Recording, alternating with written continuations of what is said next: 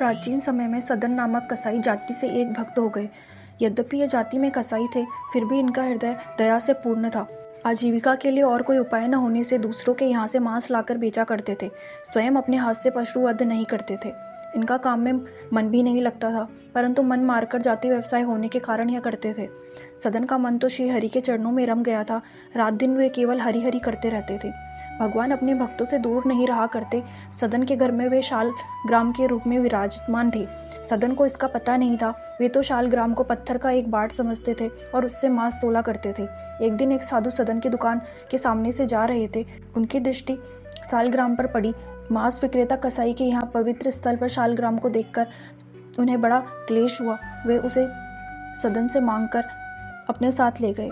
साधु बाबा कुटिया पर पहुंचे। उन्होंने विधि पूर्वक शालग्राम जी की पूजा की, परंतु भगवान को उससे प्रसन्नता नहीं हुई। रात में उन्होंने साधु को स्वप्न में कहा, तुम मुझे यहाँ क्यों ले आए?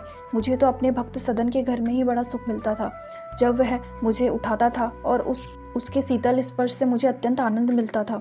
साधु महाराज जगे। उन्होंने शालग्राम को उठाया और सदन के घर में जाकर उसे दे दिया। साथ ही उन्होंने भगवत कृपा का महत्व भी बताया। सदन को जब पता चला कि यह भगवान शालग्राम है, तब उन्हें बड़ा पश्चाताप हुआ। उसे अपने व्यवसाय से घृणा हो गई। वह शालग्राम को लेकर पुरुषोत्तम क्षेत्र श्री जगन्नाथपुरी को चल पड़ा।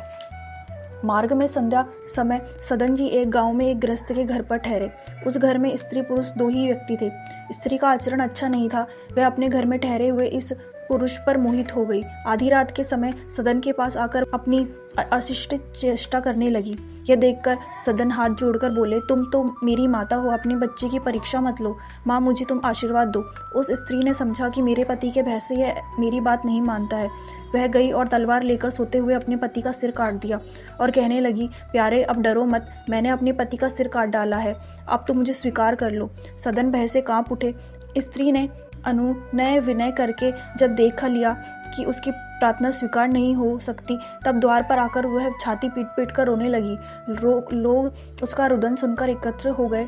उसने कहा, इस यात्री ने मेरे पति को मार डाला और यह मेरे साथ बलात्कार करना चाहता है। लोगों ने सदन को खूब बुरा भला कहा। कुछ ने मारा, पर सदन ने कोई सफाई नहीं दी। मामला न्यायाधीश के पास गया। सदन तो अपने प्रभु की लीला देख रहे थे, अतः अपराध न करने पर भी अपराध स्वीकार कर लिया। न्यायाधीश की आज्ञा से उनके दोनों हाथ काट लिए गए। सदन के हाथ कट गए। रुधिर की धारा चलने लगी। उन्होंने इससे भगवान की कृपा ही माना। उनके मन में भगवान के प्रति तनिक भी रोष नहीं आया। भगवान के सच्चे भक्त इस प्रकार निरपराध कष्ट पाने पर भी अपने स्वामी की दया ही मानते हैं। भगवान नाम का कीर्तन करते हुए सदन जगन्नाथपुरी को चल पड़े। उधर पुरी में प्रभु ने पुजारियों को स्वप्न में आदेश दिया, मेरा भक्त सदन मेरे पास आ रहा है, उसके हाथ कट गए हैं, पालकी लेकर जाओ और उसे आदर पूर्वक ले आओ। पुजारी पालकी लेवाकर गए और आदर पूर्वक सदन को उसमें बैठाकर ले आए। सदन ने जैसे ही श्री जगन्नाथ जी को दंडवत करके कीर्तन के लिए भुजाएं उठाई, उनके दोनों हाथ पूर्ववत ठीक हो गए। प्रभु की कृपा से हाथ ठीक तो हो गए, पर मन में शंका बनी हुई थी कि वे क्यों काटे गए।